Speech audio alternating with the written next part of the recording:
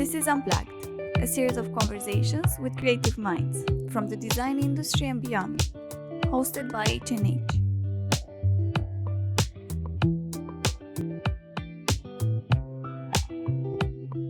Hello, Sebastian. Hi, Yoko. Hi, how are you today? I'm good. I'm good. Sun is shining, so it's Yeah, good. It's almost weekend, so it's always good. that's true. So, where are you talking to us from today? I'm at my table in the studio here in Offenbach, which is a city very close to Frankfurt. So there's just the River Main between. And I'm here since 2001. I studied here at the University of Arts and Design in Offenbach. And then after graduation, 2007, I established my own studio here. Oh, okay. I Yes, don't have never been to Offenbach, but I know that you have your studio there, and also one of my favorite leather brands, Sassas, also have that's their. that. Yeah, they produce around Yeah. the corner. So, as I understand, this is a city very rich in craft and craftsmanship, all kind of this history. So can you tell us a bit more about that? Yeah, actually, the city, Texas is actually the only leather producer now in the city. When you enter the city, it says German weather city because there's a weather forecast and also German leather city. But there's a leather fair and a leather museum, but all the manufacturers, the producers, big companies also, they all disappeared the last 20 years because of different reasons to produce somewhere else cheaper or they close. And that was really the reason for myself to consider more into craft in my work because I know a lot of people or the parents of friends, they have been working in the leather business for sewing or packaging or delivery, whatever, or suppliers for the leather industry. And it was something connecting all the people to create the culture of Offenbach, of the city. And when this disappeared over the last decade, I think the link between the people got lost and also the identity, yeah, the culture is there. So bringing people together. Like if you think about Murano, where our friend Luca Nicchetto is coming from, there's all about glass and glass connects the people. It was the same here in Offenbach, that leather connects the people. And Satzas, the brand you mentioned, that's really one of them. They still keep up with the heritage of the city, with the craft, with the value, with the beauty of leather products. And yeah, I was really thinking also, okay, what is the beauty of craft? Because when I started early 2000, it was a lot about new innovation, new materials, plastics, whatever. And I actually thought, okay, let's go the other way, focus into craft, which I knew, of course, from my grandparents and from museums and things like this. And it's so important for design history and still today for new design products. Yes, very true. So are you working with local craftsmen or any kind of craft in your work at the moment? As you Also, build yeah, the connection? yeah, there are local ones here around the corner, but all Germany is it's also not that big. So we have a lot of producers, like for the bell table for Classicon there in Bavaria, which is like 3 hours away by car.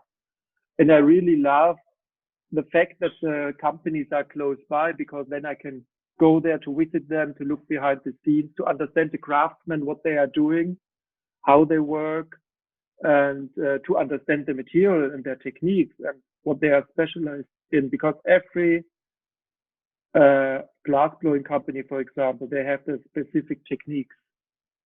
And for me, it's always the discovery really to go there to understand and to take those inspirations home and start sketching.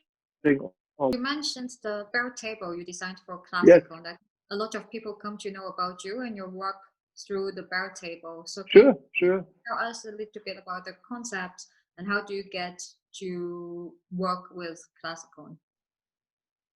Yeah, well, actually, the initial design, the sketch is like 11 years old. It was from 2009. And I presented the table the first time at Salone Satellite in Milan. It's the platform for young designers every year, which is very important for young designers to support them, to give them visibility to the press. And I really received good feedback, especially from the press. And then it was really the issue to find a producer who wants to take it in the portfolio. Because at that time, I mentioned it was really about new material, innovations in technology, things like this. And then there was a table produced in traditional glass and brass, so very old-fashioned materials. And it took me 3 years to get it in production. Then with Classicon, that Oliver Holy called me and he wanted to have a table for his own and then for the parents. And then he asked if he can produce it. And then since 2012, we produced in 2 sizes. And finally this year in Cologne and the fair, we presented even the dining table. So it has a long story. And I was really looking into craft, and I was thinking about doing a side table. And normally a side table is with the glass top and a metal base. And I put both materials or topologies upside down. And to get also irritation, what I said already, really to swim against the river, to work not with new materials, work with traditional materials, was the same with the table, to change the arrangement of materials. And the big issue actually for me at that time was really to find a glass blower around the corner, because there are a lot of companies, but they work more for the chemical industry, transparent glass tubes and cylinders and things like this. And then it took me a couple of weeks to find a producer. And this is Freiherr von Poschinger called. It's in Bavaria next to Czech border. So there's the area of glass production, Germany and Czech Republic. And this company is more than 450 years old. And I think that's very, very special. I think it's my oldest supplier. And they're in 16th generation. So this is also very interesting because it's still the same family. Nowadays, if I work with companies, there are just a few still in family, but there are so many now driven by investors, and they change every 3 years. And there you really have a company 450 years in the same hand of the same people with an amazing knowledge of glass production, like you can find also at Venini or other Murano-based companies for sure. And when I went there the first time 11 years ago, they just did small objects for restoration. If someone dropped a vase or need to fix a chandelier, things like this. But now, since 2012, since the table is running with Classicon, they produce the table non-stop. And it's really a kind of sustainability, also a cultural benefit for the area, that this table and now also more products support the company itself, the manufacturer, but also to give attention to glass production again. And there are a lot of young people now working, get trained as a glass blower. So it's also important to give the knowledge a future. Yeah, it's beautiful how to connect people and how to give a new life to the. Yeah, I think that's very important, to connect people, to have a dialogue. Design is about conversation. It starts with paper and a pen, and then sharing the idea with the team, making small, rough 3D sketches, model, not about proportion, just to visualize the idea. Then the conversation between the computer and the human, and then between the craftsmen and us. So I really love to work with the craftsmen in their workshops. Unfortunately, this year it's a little bit more tricky. So normally I travel to Colombia or to Taiwan or a lot to Italy, Denmark, really to work with the people together. And yeah, this is something I really miss. Important, I say, to be in contact with the people, and at the end also on the fair, to explain it to journalists, to dealers, to design enthusiastic people, to show them and explain that it's a lot of work to design a product, and there are a lot of amazing people involved with their hands. They put their sweat and their passion and their concentration and their knowledge every day in the product to produce it. if it's a wooden chair or a glass table or a woven rug or whatever. Because if you go to Salone del Mobile, to mention the biggest furniture show, I think most of the products are really handmade. Of course, you have plastic chairs, they are pressed, and every 5 minutes you get a chair. But in the end, there are also people involved to finish perfect, to check everything, to pack it, and so on. And I think it's so really important to mention this fact that there are a lot of humans involved, because also collaboration with Dedon produced in Asia, and it's woven, and there are people sitting 4 days on a seating shelf to weave it. And sometimes when I have a presentation at a dealer, they ask, it's done by a robot or is it 3D printed or whatever. But there are really people, they do it so perfect and they all look the same. And so I think the success of the Bow Table tells us that actually we're very much eager to have this connection to material, to craft, and to people. And Bow Table become so iconic in your career up to now. And I want to know, how do you define an icon? How do you make a design icon? Yeah, actually, you cannot make one.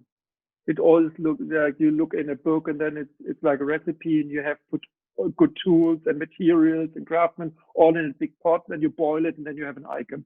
I think that unfortunately is not possible. Otherwise, we would just do icons. Of course, not every product we design is a Bow Table or a successful product, but there are a lot of people involved. It's not just the designer craftsman. It's also about good photography, good marketing, good agents and dealers.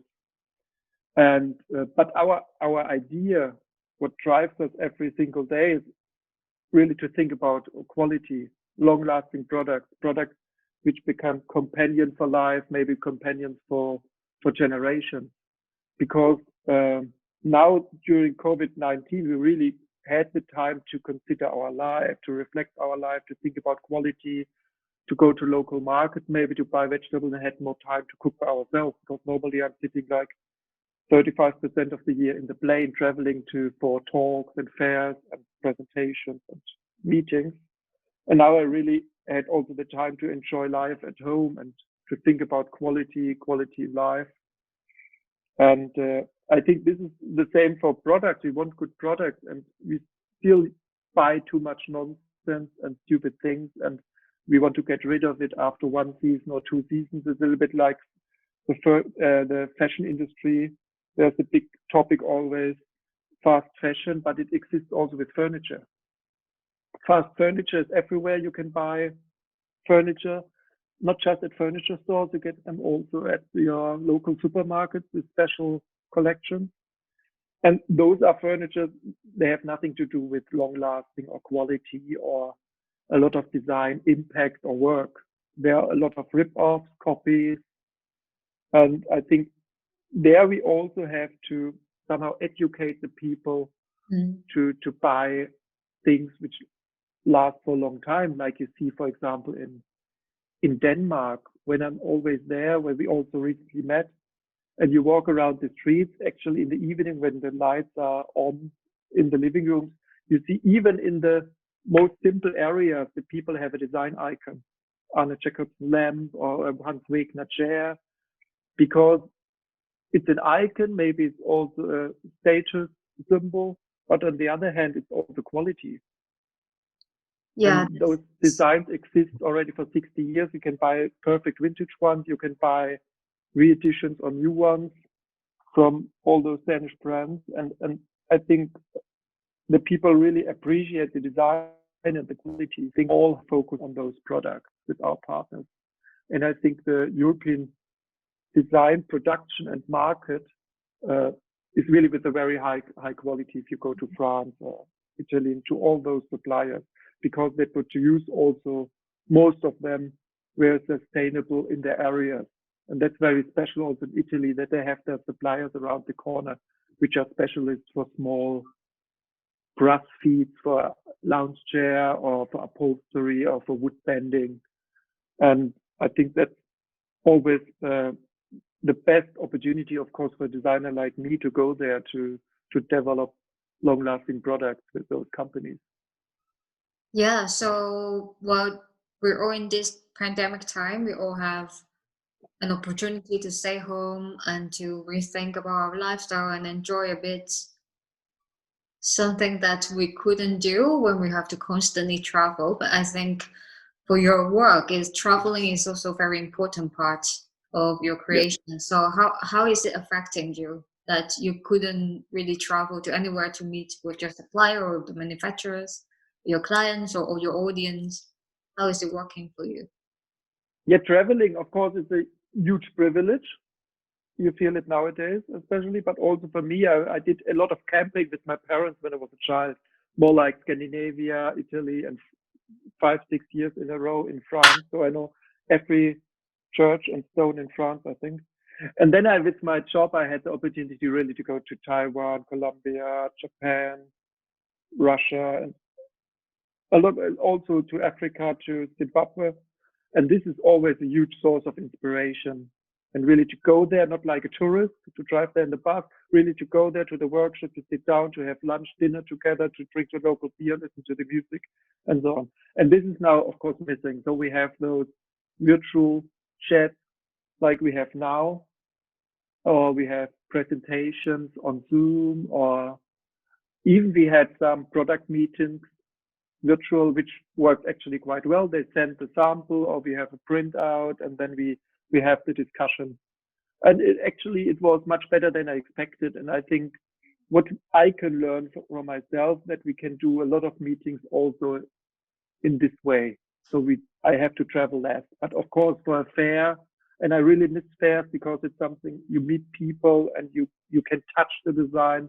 It's necessary to go somewhere, because design is really about using all the senses, not just about seeing. You want to smell the wood, you want to touch the cold metal or the boucle or the velvet fabric, and this is so important. Yeah, I remember. I think we last saw each other was in Cologne, right, at the fair. At the So fair or 3 days of design, I think, in Copenhagen. I didn't go this year. Okay, then was Cologne. Okay. Was Cologne. It was like almost a year ago. It's crazy. So I remember your trip to Taiwan, and I was so sad that I couldn't join. And it was a very special project that you did with the local craft research and development institute. Yes. So can you tell us about the trip? It's fascinating. Yeah, it was my first time to go to Taiwan. So I flew there, and it was well curated by Ben and by Liz, and we traveled around in a group of maybe 8 designers from mostly Europe. And we had a bus and traveled from one craftsman to the next one. And that's also super inspiring, because there are techniques with materials we don't have here in Europe, like bamboo. Or we have those koshi potteries, which are the ceramic clay potteries you know from the temples there, from the decoration. And so it was really like meeting the people, traveling, got inspired by the colors, by the culture, which is different, of course, to the European ones, with the amazing dumplings. So we had amazing dumpling dinners with towers of dumplings in those bamboo boxes. And no, that's always super fascinating. And then every designer picked one topic or one material, one craftsman, and I had the opportunity to do a bench made of bamboo with a craftsman who's maybe around 80 years old, who's doing this with a lot of passion and patience, which is very important, you know. It took him several weeks to do a quite simple bench, but it was all done without screws. So it was all connected with bamboo injectors, but perfectly done. And I think patience is something very important we all have to learn, because nowadays we buy online, Amazon delivery next day. If we don't like, we send it back. So we don't have respect for craft, the value of products, the value of materials. Or and here I really had to wait a couple of weeks. It's the same if I do a rug in Colombia or with a rug company from London. It takes 6 months to get a small sample to see the first result of the idea. hand knotted in Himalaya. And I think this is really something I always point out on the fact of patience, that we need to learn again to have respect for time. And why bamboo? Why did you choose Oh, bamboo? because I never did actually a bamboo project. Of course, I know all kind of woods, and bamboo is something very fast growing. There are bamboos, they grow almost a meter a day, and it's very stable. It's very light. I think it's a very sustainable material. Also, if you think about Hong Kong or Shanghai, there are a lot of those constructions of skyscrapers or high apartment buildings, and outside Yeah. there's all the structure in bamboo because it's a cheap, fast-growing material and fascinating, and it's also kind of elastic, and you can bend it with heat. And he did really those beautiful benches, and I was really fascinated to see it. Yeah, I think one of the main purpose of this kind of project or initiative is to help the local craftsmen and the industry Yes, to stay alive. So, do you think this collaboration or this experiment help them to figure out how they can survive in the future, or what's the connection there? I think there was the idea of the intercultural connection, to bring different cultures together, young designers, craftsmen, to to create visions for the material or for the technique, which is always also my aim. So if I go to Colombia, it's not just to do like those objects you can buy on those tourist places and markets. It's more to use the technology or the crafts and the colors and materials, and to transfer them on another level, on another design language, to make it more maybe international and less touristic or ethno. And I think it's the same here with the collaboration in Taiwan. It was really the exchange, and to think about the material, how we can use it in another context. Hmm. Is it a one-off project, or is it? That was a one own project for exhibition. Yeah, Mm, but it was a little bit touring. Yeah, it's really beautiful bench. I hope we yeah, and then it's wear out. something also you learn something from that typology, and then later you can transfer to a completely different typology. You know, if you learn something about a construction of sofa, maybe you can use a detail later if you design the sunglasses or something completely different.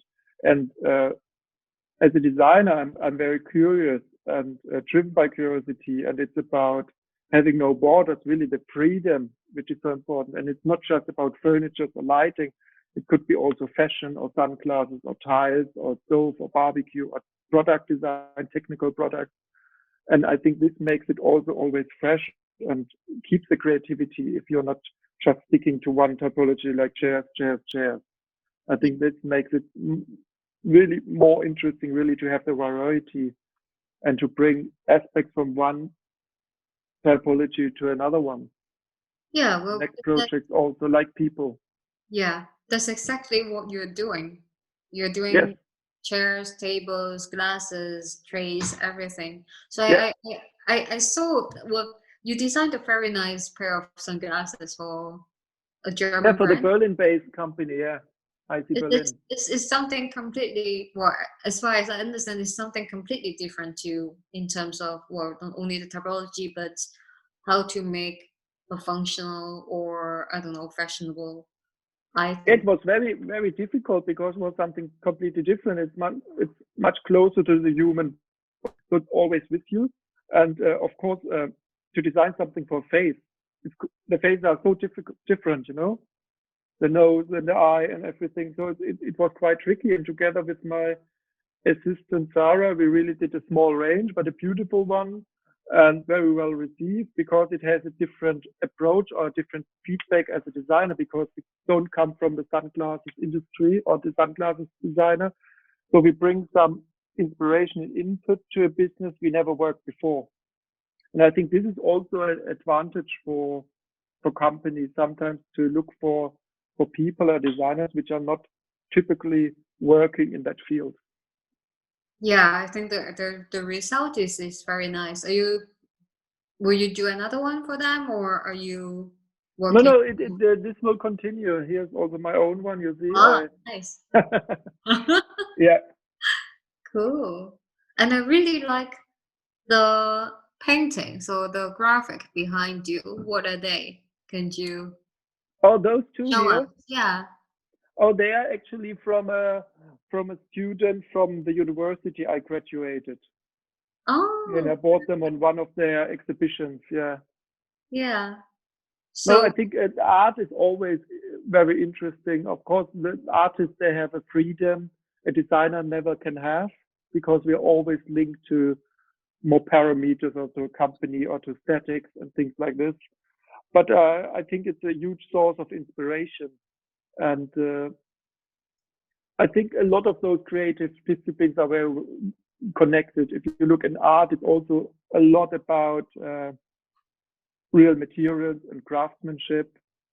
But it's the same also. Some people ask me, what would you do if next to be a designer? If you're not a designer, then it would be maybe a chef in a restaurant because it's very similar. You need good tools, you need the right materials in a high quality, and then you create something.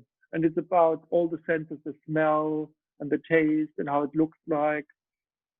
And I think it's a very creative job to be a chef, and it's all those disciplines are well close and connected. yeah. Are you a good cook? I hope so. Though the friends never complain, I think they come quite often. Yeah. No, I don't like to cook for myself, but I like to cook for friends in the group. Or in summer, we do a lot of barbecue on our roof terrace. Yeah, So, actually, which is something very German, I think, to do barbecue. yeah, Like in actually, summer, like, almost every evening. cool. So, what are the new projects you're working on at the moment? What should we expect to see next? Yeah, we work with, we have actually some new clients since COVID-19, which was interesting because companies had time maybe to look at the portfolio and to clean the portfolio and think about new collaboration. And then we do also a lot of extensions at the moment. But still, the big question is how to present the novelties. You know, like we did for last April, they are now a little bit presented, but the companies look forward to present it physically to the audience, to the people, to the dealers. So that's actually a big question mark where to present, how to present, because digital is a good way, but in the end, we want to see it physical to test it, to test the comfort and to have a dialogue really about it. So we hope that there will be a show, maybe September, the Salone, like they announced yesterday. That would be good really to get a little bit to the normal. If it's a new one or the old one, I don't care. Yeah, I think that this remains a big question. How do we Exactly.